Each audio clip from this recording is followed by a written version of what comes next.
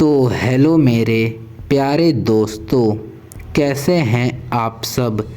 मैं उम्मीद करता हूँ आप लोग बिल्कुल ठीक होंगे।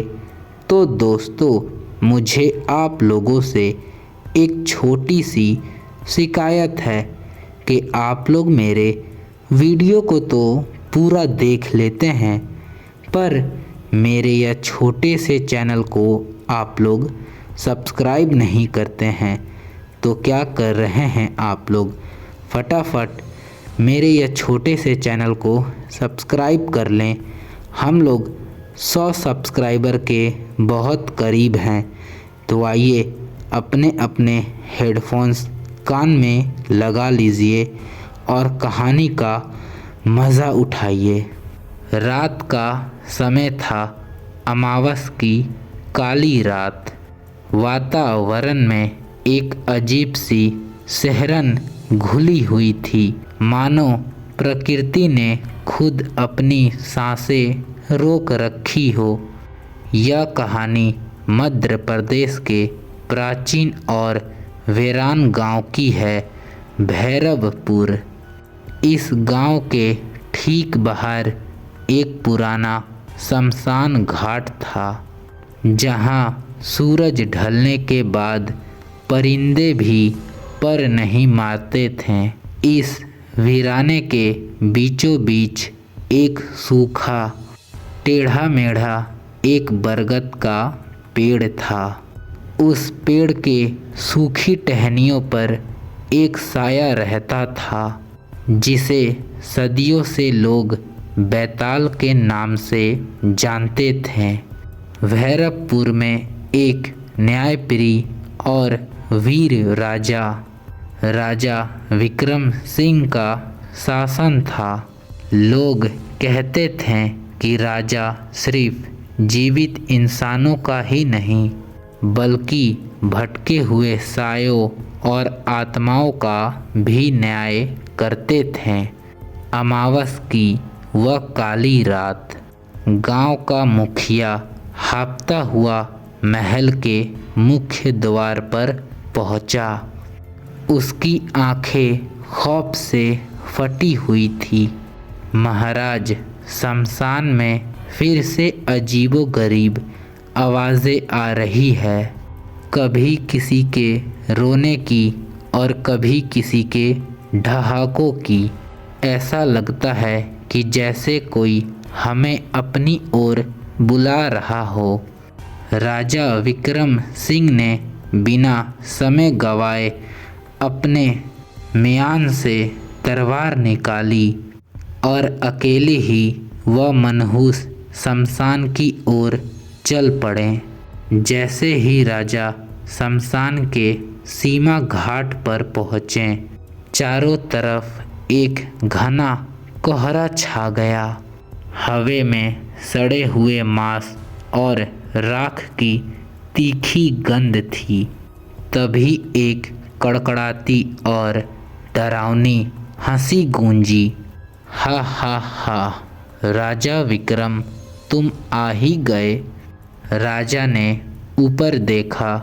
उसी सूखे बरगद के पेड़ से एक लाश उल्टी लटकी हुई थी। उसकी आंखें लाल अंगारों की तरह चमक रही थी। राजा ने अपनी तलवार कस के पकड़े और बोले, तो तुम ही हो बैताल, मैं तुम्हें ले जाने आया हूँ। बैताल एक रहस्यमयी मुस्कान के साथ नीचे उतरा। उसकी आवाज़ में एक अजीब सी ठंडक थी, जो राजा की हड्डियों तक पहुंच गई। मैं चलने को तैयार हूँ राजन, लेकिन शर्त के अनुसार। तुम्हें एक मेरे सवाल का जवाब देना होगा। यदि अगर तुमने सही जवाब दिया तो मैं तुम्हारे साथ चलूँगा, और अगर गलत जवाब दिया तो मैं तुम्हारा सिर धड़ से अलग कर दूँगा। बैताल का सवाल, बैताल ने हवा में हाथ लहराया और एक कहानी सुनानी शुरू की। एक गांव में 3 दोस्त थे, राघव, मोहन और सुरेश। तीनों ने मिलकर एक बहुत पुराना खजाना खोजा, लेकिन उस खजाने के लालच में आकर तीनों लोग एक दूसरे को रास्ते से हटाने का योजना बना ली। राघव ने खाने में जहर मिला दिया, मोहन ने पानी में जहर मिला दिया, सुरेश ने छिपकर दोनों को तलवार से मारने के लिए सोचा, लेकिन अंत में तीनों लोग एक दूसरे के चाल के शिकार में मारे गए।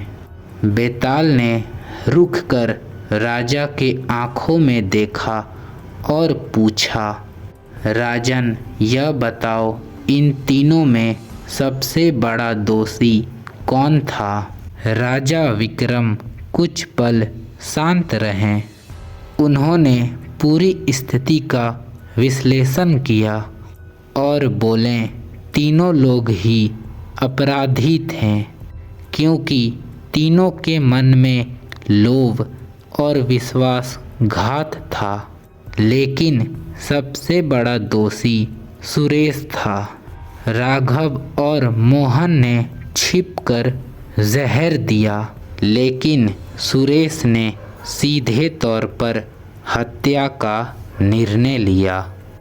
उसकी मानसिकता दोनों से अलग और सीधी थी। जैसे ही राजा ने यह जवाब पूरी किया, बैताल जोर से हंसा। उसकी हंसी से शमशान की सूखी पत्तियां कांपने लगी। राजन, तुमने सही जवाब दिया। अब मैं इस पेड़ से मुक्त हो रहा हूँ, लेकिन इस बार कुछ अलग हुआ। जैसे ही बैताल पेड़ की ओर उड़ने लगा, उसकी हंसी अचानक एक चीख और दर्दनाक में बदल गई। वह वापस राजा के सामने आकर रुक गया। राजा, तुमने सही जवाब तो दिया, पर तुमने एक बात तो नहीं जानी। यह कहानी किसी और की नहीं, बल्कि मेरी अपनी है। राजा हैरान रह गए। तुम कौन हो? बैताल के आँखों से खून के आंसू बहने लगे। मैं ही सुरेश हूँ। मैंने अपने दोस्तों को मारने का निर्णय लिया था, लेकिन उससे पहले उनके जहर ने मुझे ही मार दिया। न मैं ठीक से जी पाया, न मैं ठीक से मर पाया। यह श्राप है। राजा ने पहली बार अपने जीवन में एक सिहरन महसूस की। फिर उन्होंने पूछा, तो तुम्हें इस चक्र से मुक्ति कैसे मिलेगी? बैताल ने राजा की आंखों में झांकते हुए कहा, जब तक कोई निडर व्यक्ति मेरे जगह पर या पेड़ पे नहीं लटक जाता, तब तक मैं यहीं बंधा रहूँगा। सन्नाटा छा गया।